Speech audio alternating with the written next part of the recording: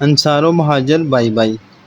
حضرات مہاجرین چونکہ انتہائی بے سر و سامانی کی حالت میں بالکل خالی ہاتھ اپنے اہل و عیال کو چھوڑ کر مدینہ آئے تھے، اس لیے پردیس میں مفلسی کے ساتھ وحشت و بیگانگی اور اپنے اہل و عیال کی جدائی کا صدمہ محسوس کرتے تھے۔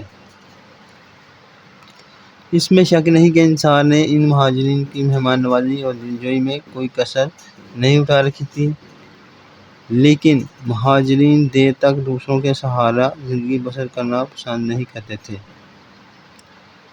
کیونکہ وہ لوگ ہمیشہ سے اپنے دست و بازو کی کمائی کھانے کے خوگر تھے۔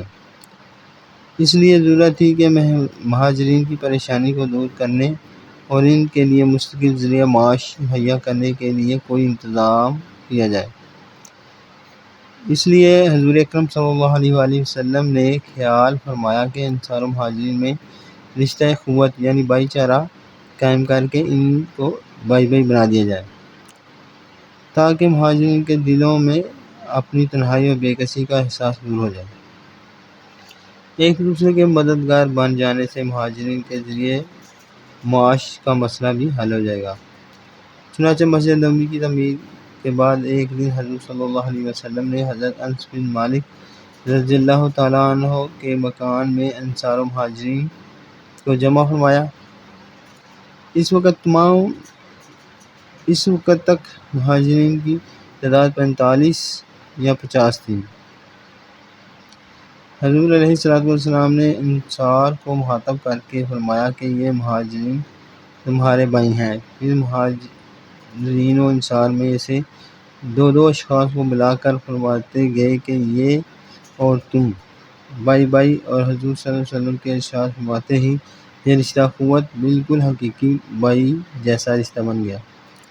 چنانچہ انصار نے مہاجرین کو ساتھ لے جا کر اپنے گھر کے ایک ایک چیز سامنے رکھ دی اور کہہ دیا کہ آپ ہمارے بھائی ہیں، اس لیے ان سب سامانوں میں آدھا آپ کا اور آدھا ہمارا ہے۔ حد ہو گئی کہ حضرت سعد بن ربیع انصاری جو حضرت عبد الرحمن بن عوف مہاجر کے بھائی قرار پائے تھے، ان کی دو بیویاں تھیں۔ حضرت سعد بن ربیع انصاری رضی اللہ تعالیٰ عنہ نے حضرت عبد الرحمن بن عوف رضی اللہ تعالیٰ عنہ سے کہا کہ میری ایک بیوی جسے آپ پسند کریں، میں اس کو طلاق دے دوں اور آپ سے نکاح کر لیں۔ اللہ اکبر! اس میں شک نہیں کہ انصار کا یہ اظہار ایک ایسا بے مثال شاہکار ہے کہ اقوام عالم کی تاریخ میں اس کی مثال مشکل سے ہی ملے گی۔ مگر مہاجرین نے کیا طرز عمل اختیار کیا، یہ بھی ایک قابل تقلید تاریخی کارنامہ ہے۔ حضرت سعد بن ربیع انصاری رضی اللہ تعالیٰ عنہ کی اس مخلصانہ پیشکش کو سن کر حضرت عبد الرحمن بن عوف رضی اللہ تعالیٰ عنہ نے شکریہ کے ساتھ یہ کہا کہ اللہ تعالیٰ یہ سب مال و متاع اور اہل و عیال آپ کو مبارک فرمائے، مجھے تو آپ صرف بازار کا راستہ بتا دیجیے۔ انہوں نے مدینہ کے مشہور بازار قینقاع کا راستہ بتا دیا۔ حضرت عبد الرحمن بن عوف رضی اللہ عنہ بازار گئے اور کچھ گھی کچھ پنیر خرید کر شام تک بیچتے رہے۔ اسی طرح روزانہ وہ بازار جاتے رہے اور تھوڑے ہی عرصہ میں وہ کافی مالدار ہو گئے اور ان کے پاس اتنا سرمایہ جمع ہو گیا کہ انہوں نے شادی کر کے اپنا گھر بسا لیا۔ جب یہ بارگاہ رسالت میں حاضر ہوئے تو حضور صلی اللہ علیہ وسلم نے ارشاد فرمایا کہ تم نے بیوی کو کتنا مہر دیا؟ عرض کیا کہ 5 درہم برابر سونا۔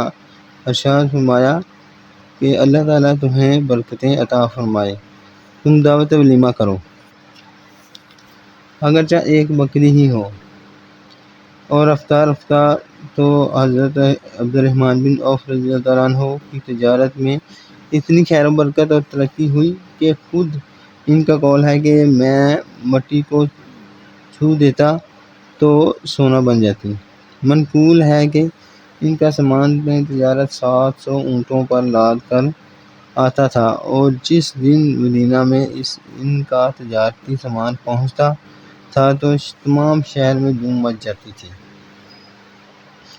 حضرت عبد الرحمن بن عوف رضی اللہ تعالیٰ عنہ کی طرح دوسرے مہاجرین نے بھی دکانیں کھولی۔ حضرت ابوبکر صدیق رضی اللہ تعالیٰ عنہ کپڑے کی تجارت کرتے تھے۔ حضرت عثمان رضی اللہ تعالیٰ عنہ قینقاع کے بازار میں کھجوروں کی تجارت کرنے لگے۔ حضرت عمر رضی اللہ تعالیٰ عنہ بھی تجارت میں مشغول ہو گئے تھے۔ دوسرے مہاجرین نے بھی چھوٹی بڑی تجارت شروع کر دی۔ غرض باوجود یہ کہ مہاجرین کے لیے انصار کا گھر مستقل مہمان خانہ تھا، مگر مہاجرین زیادہ دنوں تک انصار پر بوجھ نہیں بنے، بلکہ اپنی محنت اور بے پناہ کوششوں سے بہت جلد اپنے پاؤں پر کھڑے ہو گئے۔ مشہور مورخ اسلام حضرت علامہ ابن عبدالرب رحمۃ اللہ علیہ کا قول ہے کہ یہ عقد و مواخذہ یعنی